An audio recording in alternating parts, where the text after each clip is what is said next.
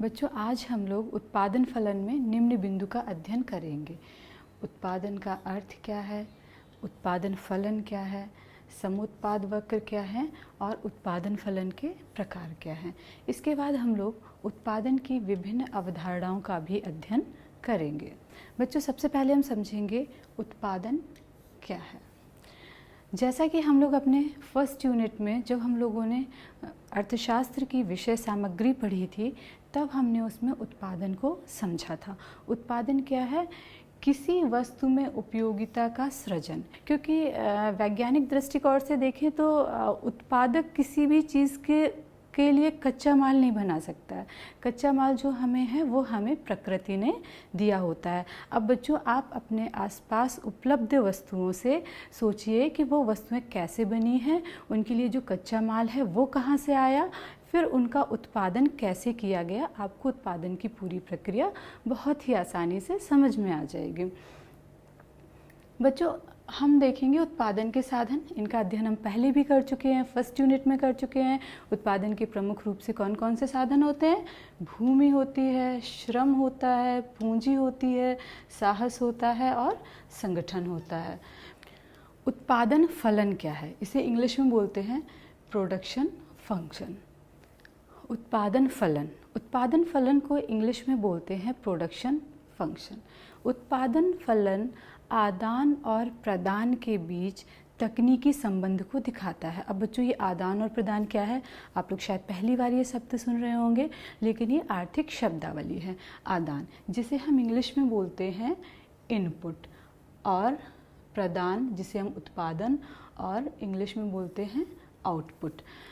यहाँ उत्पादन को हम बच्चों देखेंगे, हम प्रदान भी कहते हैं। तो आपको बुक में किसी भी रूप में दिखा हुआ मिलता है, आपको कंफ्यूज नहीं होना। आदान को हम उपादान भी बोलते हैं, हम उत्पादन के साधन भी बोलते हैं, और प्रदान को हम उत्पादन भी बोलते हैं। इसलिए बच्चों, अच्छा रहेगा आप इनके इंग्लिश वर्ड भी देख ले, जिससे आपको आसानी से समझ में आ जाता है। इंग्लिश में हम इन्हें इनपुट और आउटपुट बोलेंगे। उत्पादन बच्चों कैसे होता है? हमें कुछ साधन लगाने होते हैं, कच्चा माल, श्रम, पूंजी, तकनीक आदि चीज़ें हमें आदान के रूप में लगानी पड़ती हैं, तो हमें तैयार उत्पादन मिलता है। यानी हमने इनपुट लगाया, साधन लगाए, तो बदले में हमें क्या मिला? आउटपुट, उत्पादन प्राप्त हुआ। हमें क्या प्राप्त हुआ? उत्पादन। हमें साधन लगाने के फलस्वरूप उत्पादन प्राप्त हुआ। तो उत्पादन फलन क्या है? उत्पादन फलन उत्पादन के विभिन्न साधनों और उत्पादन के मध्य के तकनीकी संबंध को व्यक्त करता है। अब यहाँ पे बच्चों एक चीज़ हो गई, तकनीकी संबंध, यानी उत्पादन की तकनीकी को ये बता रहा है कि उत्पादक किस तकनीकी का प्रयोग करेगा तो उत्पादक को कितना उत्पादन प्राप्त होगा। उत्पादन फलन हमें बताता है कि एक समय अवधि में, एक निश्चित समय में उत्पादक जब उत्पादन के विभिन्न साधनों का प्रयोग करेगा तो उसे कितना उत्पादन प्राप्त होगा। अब उत्पादन के विभिन्न कारक क्या हैं? कारक या साधन एक ही होता है। बच्चों, आपको अलग अलग वर्ड समझने होंगे, आप सिर्फ एक ही शब्द पर टिक के नहीं रह सकते, इसलिए मैंने अलग अलग शब्दों का यहाँ पे प्रयोग किया है। तो उत्पादन के विभिन्न साधन क्या हैं? जैसे भूमि हो गई, श्रम हो गई, पूंजी हो गई। हमने प्रारंभ में ही इसीलिए पढ़ लिए उत्पादन के साधन कौन कौन से हैं। तो उत्पादन के विभिन्न कारक क्या हो गए? भूमि, श्रम, पूंजी। इन्हें हम उत्पादन के आदान भी कह सकते हैं और उपादान भी कह सकते हैं। अब उत्पादन क्या है? सामान एवं सेवाएं। जो हमें वस्तुएं प्राप्त हो रही हैं, जो हमें सेवाएं प्राप्त हो रही हैं, वो उत्पादन है। क्लियर हुआ बच्चों?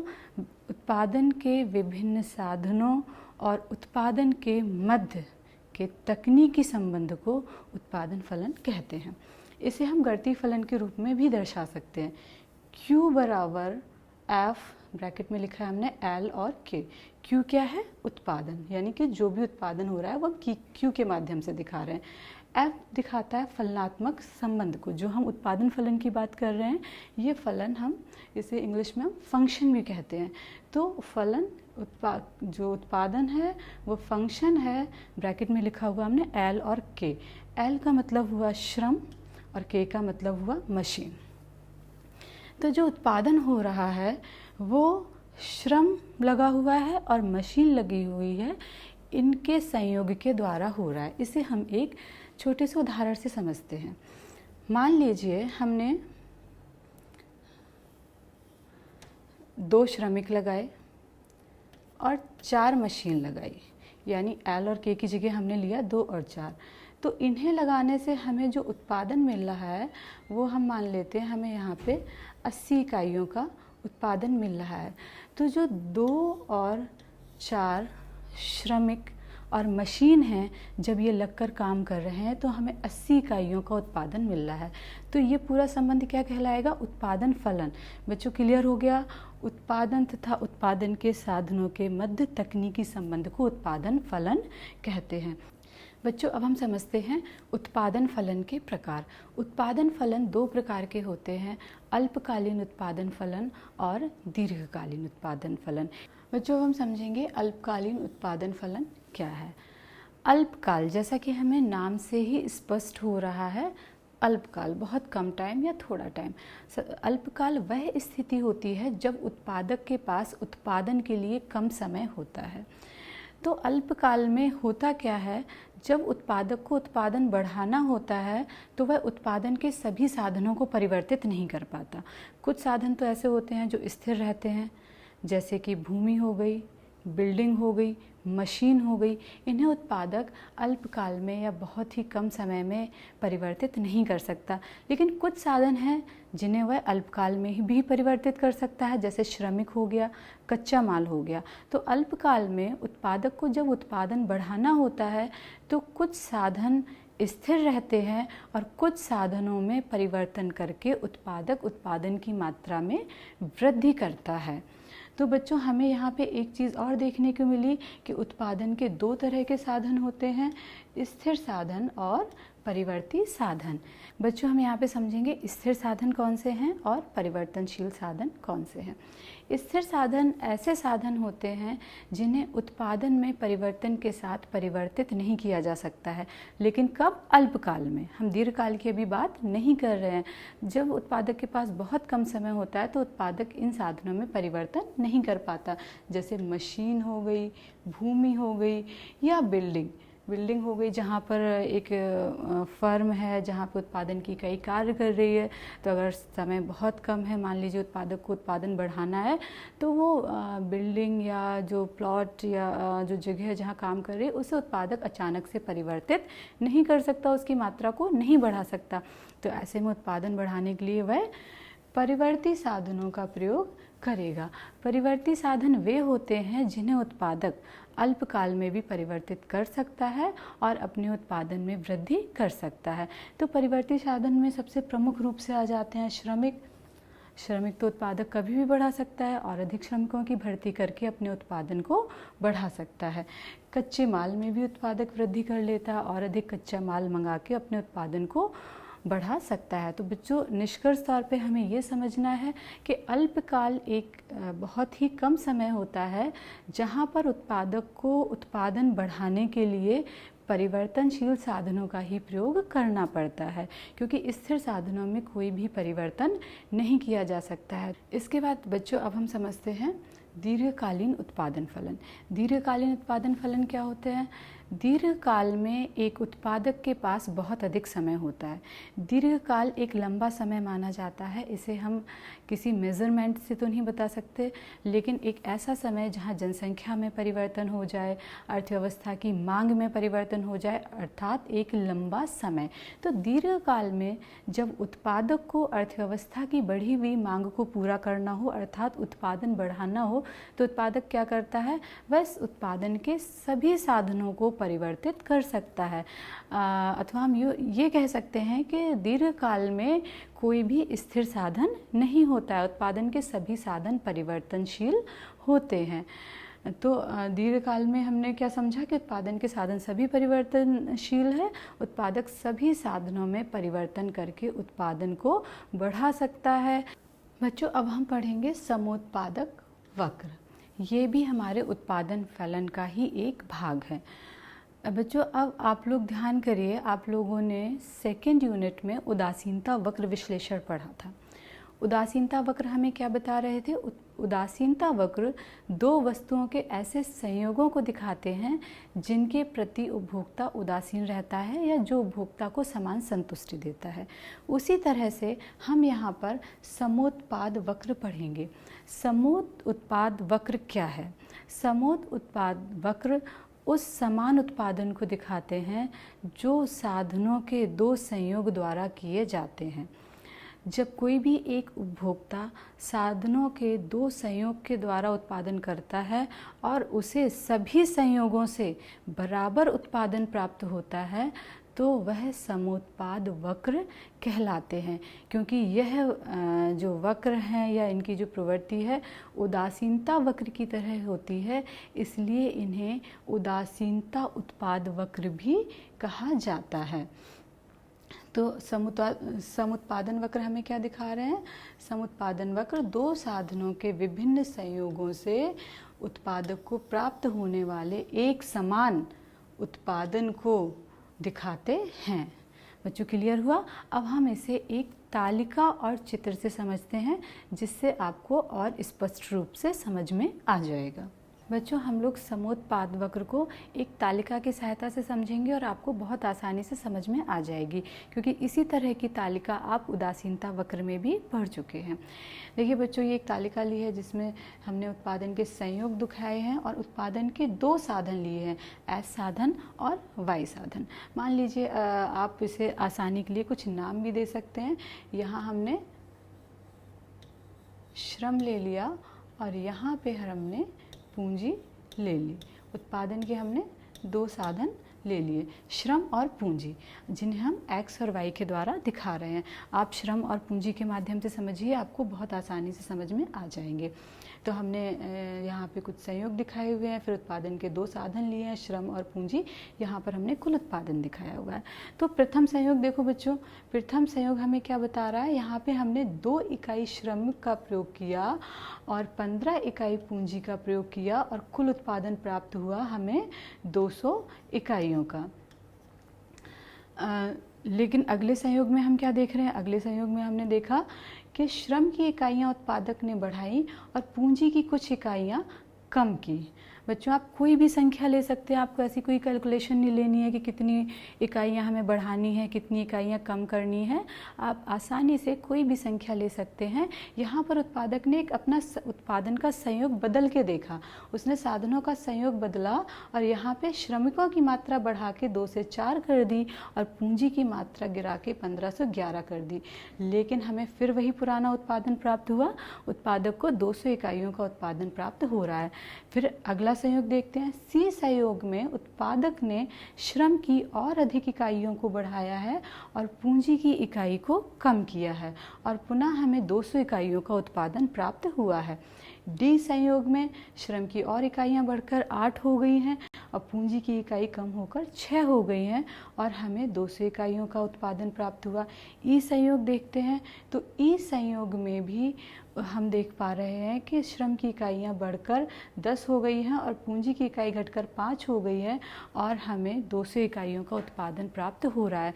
तो बच्चों हमने यहाँ क्या देखा कि उत्पादन के साधनों के जो भी संयोग हैं वो उत्पादन की समान मात्रा का उत्पादन कर रहे हैं, उत्पादन की मात्रा में परिवर्तन नहीं हो रहा है। तो ये समोत्पाद वक्र तालिका कहलाएगी। इसे हम एक चित्र के माध्यम से भी समझ सकते हैं कि हमें समोत्पाद वक्र कैसे प्राप्त होगा। हमने यहाँ पर वाई अक्ष में वाई साधन पूंजी ले लिया है और एक्स अक्ष पर एक्स साधन यानी श्रम ले लिया है। तो हमारा सबसे पहला संयोग क्या था? ए संयोग। ए संयोग में हमने 2 इकाइयाँ श्रम की लगाई हैं और 15 इकाई पूंजी की लगाई है। तो हमें इस तरह से एक चित्र प्राप्त होता है। बी संयोग में हमने क्या किया? बी संयोग में हमने 4 इकाइयाँ श्रम की लगाई और 11 इकाइयाँ पूंजी की लगाई। तो हमें ये बी संयोग प्राप्त हो गया। इसके बाद हमने सी संयोग में क्या किया? सी संयोग में हमने 6 इकाई श्रम की लगाई, 8 इकाई पूंजी की लगाई है। तो इस तरह से हमें सी संयोग प्राप्त हो गया। इसके बाद डी संयोग में हमने क्या किया? 6 इकाइयाँ पूंजी की लगाई है और 8 इकाई श्रम की लगाई है। ई संयोग में हमने 5 इकाइयाँ पूंजी की लगाई हैं और इसके बाद 10 इकाइयाँ श्रम की लगाई हैं। तो इस तरह से हमें एक चित्र प्राप्त हो जाता है और इन सभी को मिलाते हुए हम एक रेखा खींच देते हैं जिसे हम समोत्पाद वक्र कहते हैं। इसे IPC कहते हैं। C वक्र को दिखाता है, I आपका आइसो और इंडिफरेंस उदासीनता दोनों को दिखाता है, तो इसे IPC बोला जाता है। इस सम उत्पादन वक्र पर उपस्थित सभी संयोग, चाहे A संयोग हो, चाहे B संयोग हो, चाहे C संयोग हो, D संयोग हो या E संयोग हो, सभी संयोग हमें समान उत्पादन की मात्रा को दिखा रहे हैं। बच्चों, हम समोत्पादक वक्र के बाद अब समझेंगे उत्पादन की अवधारणा। उत्पादन की प्रमुख रूप से 3 अवधारणाएं हैं: कुल उत्पादन, सीमांत उत्पादन और औसत उत्पादन। कुल उत्पादन को इंग्लिश में बोलते हैं टोटल प्रोडक्शन, इस वजह से इसे शॉर्ट में TP लिखते हैं। बच्चों, कुल उत्पादन, सीमांत उत्पादन और औसत उत्पादन के शॉर्ट फॉर्म बहुत ज़्यादा यूज़ होते हैं, इसलिए आपको इन्हें समझना होगा। कभी कभी एग्ज़ाम में डायरेक्ट AP और MP क्या है इस तरह से भी पूछा जाता है, तो आपको इनके शॉर्ट फॉर्म भी समझने होंगे। सीमांत उत्पादन, सीमांत को इंग्लिश में मार्जिनल बोलते हैं, इसलिए ये MP हो गया। औसत उत्पादन, औसत को इंग्लिश में एवरेज बोलते हैं, तो औसत उत्पादन को शॉर्ट में AP बोलेंगे। अब बच्चों, हम क्रम से समझेंगे कि सीमांत, औसत और कुल उत्पादन क्या है। सबसे पहले समझते हैं कुल उत्पादन। परिवर्तनशील साधन की सभी इकाइयों के प्रयोग के द्वारा जो कुल उत्पादन होता है वह कुल उत्पादन कहलाता है। बच्चों, हम लोगों ने परिवर्तनशील साधन अभी समझे थे। वे साधन जो उत्पादक परिवर्तित कर सकता है वे परिवर्तनशील साधन कहलाते हैं। तो परिवर्तनशील साधन के प्रयोग से हमें जो भी कुल उत्पादन प्राप्त होता है वह कुल उत्पादन कहलाता है। इसका फार्मूला है टोटल प्रोडक्शन बराबर AP इंटू Q। AP हुआ आपका औसत उत्पादन और Q का मतलब हुआ उत्पादन की इकाइयाँ, या हम सीमांत इकाइयों के योग से भी जान सकते हैं कि कुल उत्पादन कैसे निकलेगा। इसे हम एक उदाहरण के से समझ लें आसानी से। एक परिवर्तनशील साधन का उपयोग करने पर 10 इकाई का उत्पादन होता है। दूसरी इकाई का प्रयोग करने पर 30 इकाइयों का उत्पादन होता है। तो यहाँ पर अगर हम कुल उत्पादन देखें तो हम इन दोनों का योग कर देंगे। कुल उत्पादन कितना हुआ? 40 इकाइयों का। तो ये हुआ कुल उत्पादन। यानी बहुत आसानी से हम समझ सकते हैं, परिवर्तनशील साधन द्वारा उत्पादित सभी इकाइयों से जो भी उत्पादन होता है उनका योग कुल उत्पादन कहलाता है। इसके बाद हम देखते हैं सीमांत उत्पादन। परिवर्तनशील साधन की एक अतिरिक्त इकाई का प्रयोग करने से जो उत्पादन होता है वह सीमांत उत्पादन कहलाता है। बच्चों, सीमांत भी हम अपने सेकंड यूनिट में पढ़ चुके हैं जहां हमने सीमांत उपयोगिता समझी थी। तो आपको सीमांत वर्ड का तो मतलब आसानी से समझ में आ रहा होगा, अगली इकाई। तो उत्पादन की अगली इकाई यानी परिवर्तनशील साधन की अगली इकाई जो भी उत्पादन करेगी वह सीमांत उत्पादन कहलाएगा। इसी उदाहरण से हम समझते हैं, एक इकाई ने उत्पादन किया 30 का, दूसरी इकाई ने 30 का उत्पादन किया। बच्चों, हम इसे एक उदाहरण से समझेंगे। एक इकाई ने 10 इकाइयों का उत्पादन किया और एक जब हमने और परिवर्तनशील साधन बढ़ाया तो 2 ने उत्पादन किया 30 का। तो यहाँ पे जो हमने दूसरी इकाई बढ़ाई तो उसने कितने का उत्पादन किया? 30 इकाई का। तो 30 क्या कहलाएगा? सीमांत उत्पादन कहलाएगा। इसे बच्चों हम यहाँ पर कुल उत्पादन से भी समझ सकते हैं। दूसरी इकाई से कुल उत्पादन कितना हुआ? अगर हम पहली और दूसरी इकाई का उत्पादन देखें तो कुल उत्पादन हुआ था 40 इकाइयों का। अगर इस 40 में हम सीमांत उत्पादन देखें तो कैसे देखेंगे? सीमांत उत्पादन देखने के लिए हमें पिछली इकाई का उत्पादन निकालना पड़ेगा। 2 इकाइयों ने मिलकर 40 उत्पादन किया था, लेकिन पिछली एक इकाई ने कितना उत्पादन किया था? 10 का। तो हम जब 40 में से 40 माइनस 10 करेंगे तो हमें क्या प्राप्त होगा? 30। और ये 30 क्या होगा? सीमांत उत्पादन। सीमांत उत्पादन का जैसे कि हम फॉर्मूला देख रहे हैं, सीमांत उत्पादन बराबर कुल उत्पादन की इकाई टोटल प्रोडक्शन एन, एन का मतलब हुआ यहाँ पर इकाई से, कुल उत्पादन की इकाई में से हम कुल उत्पादन की पिछली इकाई को माइनस कर रहे हैं। कुल उत्पादन में से हमने कुल उत्पादन की पिछली इकाई को माइनस किया। यहाँ हमने क्या किया, 40 कुल उत्पादन था 2 इकाइयों से, पिछली इकाई का उत्पादन 10 था, तो 40 से हमने जब 10 माइनस किया तो हमें क्या मिला, 30। तो बहुत आसान से और सरल शब्दों में समझें तो प्रत्येक अगली इकाई से होने वाला उत्पादन सीमांत उत्पादन कहलाता है। इसके बाद बच्चों हम समझेंगे औसत उत्पादन। परिवर्तनशील साधन की प्रति इकाई उत्पादन औसत उत्पादन कहलाता है। प्रति इकाई उत्पादन कितना हो रहा है, ये औसत उत्पादन है। औसत उत्पादन का फॉर्मूला है औसत उत्पादन बराबर कुल उत्पादन बटे उत्पादन के साधन, यानी कितने साधनों का हमने प्रयोग किया है। इसे हम एक एग्जाम्पल से समझ सकते हैं। मान लीजिए 4 साधन मिलकर, 4 जो आपके साधन हैं ये मिलकर उत्पादन कर रहे हैं 100 इकाइयों का। 4 साधन हैं जो हमारे पास, और ये मैंने आपको पहले बता दिया बच्चों, ये साधन कैसे होंगे, परिवर्तनशील साधन। तो 4 परिवर्तनशील साधन मिलकर 100 इकाइयों का उत्पादन कर रहे हैं। तो 100 हमारा क्या है, कुल उत्पादन, टोटल प्रोडक्शन। लेकिन अगर हमें औसत उत्पादन निकालना है तो क्या करेंगे, हम इस फॉर्मूले का यूज़ करेंगे। तो टोटल प्रोडक्शन है हमारा 100 बटे उत्पादन के कितने साधन है, Q कितना है, 4। तो हम देखेंगे यहाँ पे कितना उत्पादन हो रहा है। जब हम 4 से 100 डिवाइड करेंगे तो यहाँ पे आएगा 25। तो कितनी, अगर हम देखें औसत उत्पादन कितना है हमारा, औसत उत्पादन है 25। बच्चों जो हमने अभी कुल उत्पादन, सीमांत उत्पादन और औसत उत्पादन समझा, अब हम उसकी तालिका समझते हैं। और मैं आपको तालिका बहुत ही आसान तरीके से समझाना बताऊंगी। प्रायः क्या होता है, बच्चे बुक में तालिका देखते हैं और परेशान हो जाते हैं, ये तालिका कैसे बनी है, ये संख्याएं कैसे आए हैं, और उन्हें रटने की कोशिश करने लगते हैं। बच्चों कभी भी कोई भी तालिका या चित्र रटना नहीं होता, रटकर आप एग्ज़ाम में उसे नहीं बना पाओगे और आगे उसे समझ भी नहीं पाओगे, इसलिए उसे समझना होता है। तो हम यहाँ समझेंगे कि कुल उत्पादन, सीमांत उत्पादन और औसत उत्पादन कैसे निकलता है, हम पूरी एक तालिका के द्वारा समझेंगे।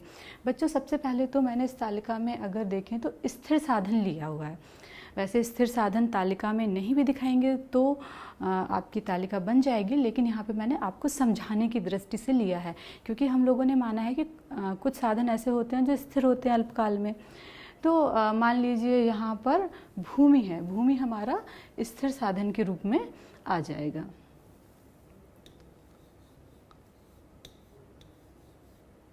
भूमि स्थिर साधन है, भूमि का एक इकाई है तो एक ही रहेगी, उसमें तो कोई परिवर्तन आएगा ही नहीं। तो अब हम परिवर्तनशील साधन कोई भी ले लिया।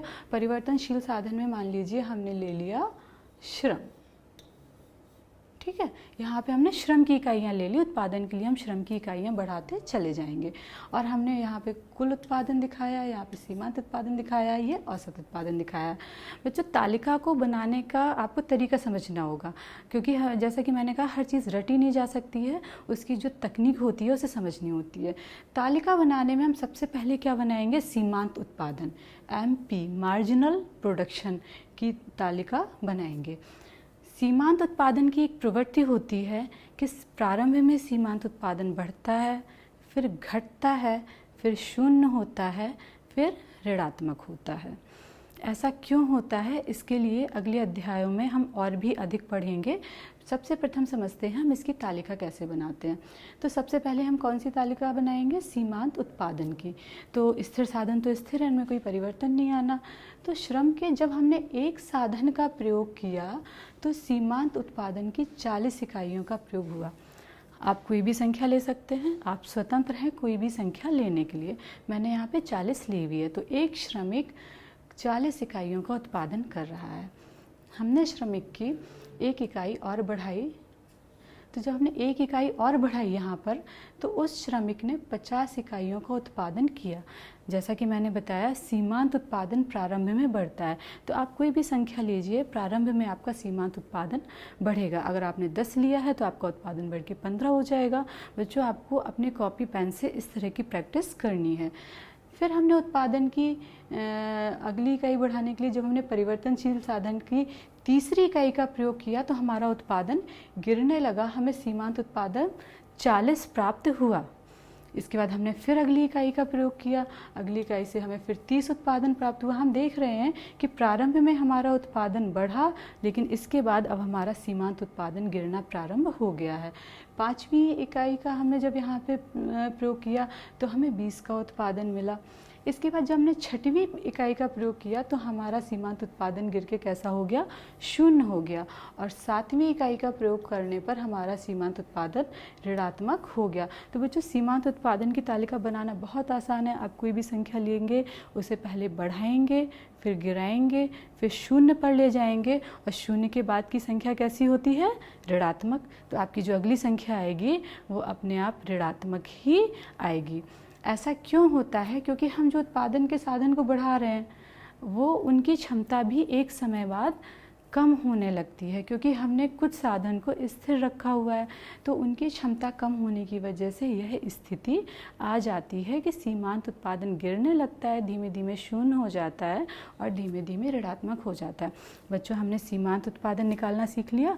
अब हम कुल उत्पादन बहुत आसानी से निकाल लेंगे, क्योंकि कुल उत्पादन क्या है, परिवर्तनशील साधन की समस्त इकाइयों से प्राप्त होने वाला उत्पादन। परिवर्तनशील साधन की समस्त इकाइयों का उत्पादन तो हमें सीमांत रूप में मिल ही गया है। अब हम इनका योग करते जाएंगे तो हमें कुल उत्पादन प्राप्त हो जाएगा। पहली इकाई से कितना उत्पादन हुआ, 40 का उत्पादन हुआ था, हमने यहाँ 40 लिखा। अब दूसरी इकाई से देखें कितना उत्पादन हुआ, दूसरी इकाई से 50 का उत्पादन हुआ था। तो कुल उत्पादन देखें पहली और दूसरी से कितना हुआ, तो हम 40 और 50 को जोड़ देंगे और हमें 90 इकाई का उत्पादन मिल जाएगा। देखो बच्चों, आसानी से कुल उत्पादन निकलता जा रहा है। अब हम देखें तीसरी इकाई से कितना उत्पादन हुआ। तीसरी इकाई से हम देख रहे हैं 40 इकाइयों का उत्पादन हुआ था। अगर हम कुल उत्पादन देखें तो तीनों इकाइयों को जोड़ देंगे, 40, 50 फिर से 40, तो हमें टोटल कुल उत्पादन प्राप्त होगा 130 इकाइयों का। फिर बच्चों, हम चौथी इकाई में देखते हैं, हमें 30 का उत्पादन मिला। अगर हम कुल उत्पादन देखें, चारों इकाइयों ने कुल कितना उत्पादन किया, तो 160 इकाइयों का उत्पादन किया। इसी तरह से हम पांचवी इकाई में देखते हैं, पांचवी इकाई ने 20 इकाइयों का उत्पादन किया। लेकिन यदि हम कुल उत्पादन देखें पांचों इकाइयों का, तो हम इन सब का योग कर देंगे और 180 इकाइयों का उत्पादन हुआ। छठवीं इकाई ने कोई उत्पादन नहीं किया, यहाँ पर सीमांत उत्पादन 0 हो गया। तो परिणाम स्वरूप जब हम 6 इकाइयों को जोड़ेंगे तो कुल उत्पादन हमारा यहाँ पर स्थिर हो जाएगा। बच्चों, हम देख रहे हैं पांचवी इकाई में भी 180 का उत्पादन हुआ था और छठवीं इकाई में भी 180 का उत्पादन हो रहा है। तो बच्चों, हम सातवीं इकाई में देख रहे हैं हमारा सीमांत उत्पादन -20 था। तो धनात्मक में ऋणात्मक इकाइयाँ नहीं जुड़ती हैं। तो जब हमारी पिछली 6 इकाइयों का उत्पादन 180 था, 180 में से 20 घट जाएंगे तो हमारा कुल उत्पादन घट के कितना रह गया, 160 इकाइयों का। औसत उत्पादन निकालना तो बहुत ही आसान है, जैसा कि हमने फॉर्मूले में समझा था, TP/Q, कुल उत्पादन बटे साधन। तो यहाँ पे 1 का भाग 40 में देंगे तो हमें 40 ही प्राप्त होगा, 2 का भाग हम 90 में देंगे तो हमें 45 प्राप्त होगा, 3 का भाग 130 में देंगे तो हमें 43.3 प्राप्त हो रहा है, 4 का भाग हम 160 में देंगे तो बच्चों हम देख रहे हैं यहाँ पे हमें 40 प्राप्त हो रहा है, और 5 का भाग 180 में देंगे तो हमें यहाँ 36 प्राप्त हो रहा है, और 6 का भाग 180 में देंगे तो हमें यहाँ 30 प्राप्त हो रहा है, और 7 का भाग जब हम 160 में देंगे तो हमें 22.8 प्राप्त हो रहा है। तो बच्चों, समझ में आया? कुल उत्पादन, सीमांत उत्पादन और औसत उत्पादन को हम कैसे निकालते हैं। तो बच्चों, आज हम इतना पढ़ेंगे। अब हम अपने महत्वपूर्ण प्रश्नों पर भी चर्चा कर लेते हैं। बच्चों, आज हमने जो टॉपिक पढ़ा उससे कुछ महत्वपूर्ण प्रश्न बनते हैं, वो ये हैं